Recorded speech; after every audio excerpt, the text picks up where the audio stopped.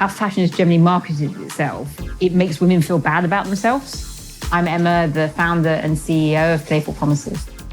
We don't want to make people feel like unwelcome, that lingerie is just for kind of straight couples. It's for like everyone and anyone. When I was younger, there were no options except for my mom's bras, which were not cute. We don't fit the fantasy. We are the fantasy. We want to make sure that everyone is included, that everyone feels beautiful. I absolutely don't want to put my money into companies that aren't going to cater to me. There is a diverse range of women with diverse body shapes who want sexy lingerie.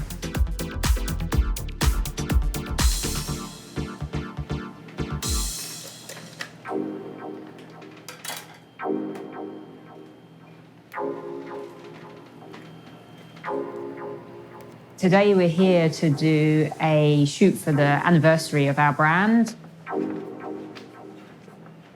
We're shooting today to represent different people that would not normally be seen in mainstream fashion and in lingerie especially. We wanted to make sure that this shoot is referencing like ball culture, 80s inspired, kind of glittery, lots of glamour. We don't see enough people represented. It needs to change, and it's not difficult to do. Got a really amazing array of models coming to work with us today. We're really looking to capture a diversity of our size range and our client base. So I think, yeah, keep her in that one because it looks... Yeah, it looks so good in that picture. Yeah. One of the things that inspired me to go into lingerie is that I realised there was a sort of gap in the market, and I felt like there was really a space for a brand that is affordable and has a much wider size range. We've currently got 78 bra sizes, and we're actually adding even more sizes. Yeah. A lot of the time people think that because we're an inclusive brand that the design process must be different, and actually that's the whole point. It isn't different. The design process of making a sexy product is the same. So that's why there's no excuse for other people not to be doing it. I actually worked as a stripper, which maybe surprises some people, but that's how I was then able to fund going back to university again, to then do a degree in fashion design. So I was working at nighttime dancing, and then doing the business in the day. Having worked in the sort of adult industry, I really felt society doesn't understand that really all feminism is about allowing women to make their own choices.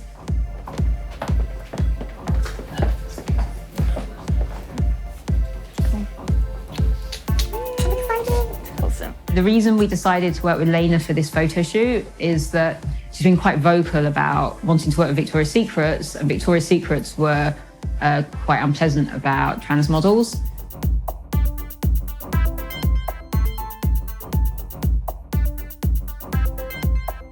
It was a moment for me to say, I'm gonna go after the big one. I'm not gonna settle and just do these little small fights. I'm gonna go after the war. And I'm glad that they finally said something, you know. We don't fit the fantasy. We are the fantasy. Our ideas, our bodies, our conversations, our way of thinking has been literally ripped from us and put in stores to sell back to us. We thought, fuck it, if Victoria's Secrets don't understand why they should work with her, we will. You know the vibe we're going for. Yes, like very, I love that. That's what I'm kind of like vibe. Amazing. Victoria's Secret is kind of like has a vision of what they want, and that's fine. They have every right to have that vision, but I don't want the rest of the world to fetishize that because it's not including everyone else. Beautiful. Gorgeous. Yes. So sparkly, amazing. I love that. I love the lighting. Mm-hmm. The lighting's beautiful. We look at Victoria's Secrets and we think that's everything that's wrong with how lingerie is marketed to women. One of the interesting things about Victoria's Secrets is recently their financial data showed that their sales were falling, and the media interpreted this, that women had lost interest in like sexy lingerie. And I actually think it was a complete misinterpretation.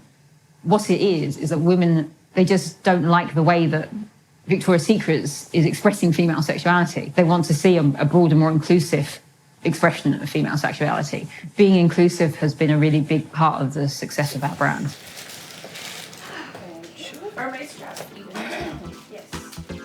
We're one of the first brands to work with a gender fluid model.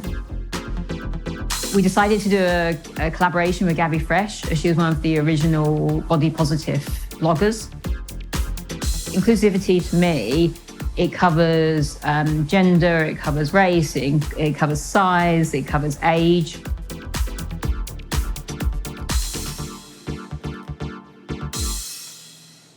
When I was younger, I wanted to model. I was like, there's no models that are ever gonna be my size. I'm too big.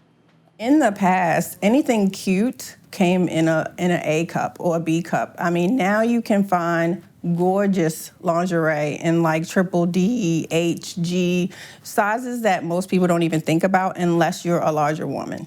I enjoy the fact that I can be here today and will be able to show other women that you can be sexy. Growing up, I felt like I was always looking for my own personal heroes that I looked up to and my own idols that inspire me. And it was hard for me finding it because I was living in such a like hetero white norm society, and conforming to that society was always kind of like a hassle and stress. It's important to just have your own moment to just like love yourself, and fashion can really help in that field. We feel that we're really lucky to have been so successful when we took so many risks, and it shows that we are in touch with what women are looking for. There's so many people who are hiding behind, their oversized clothes.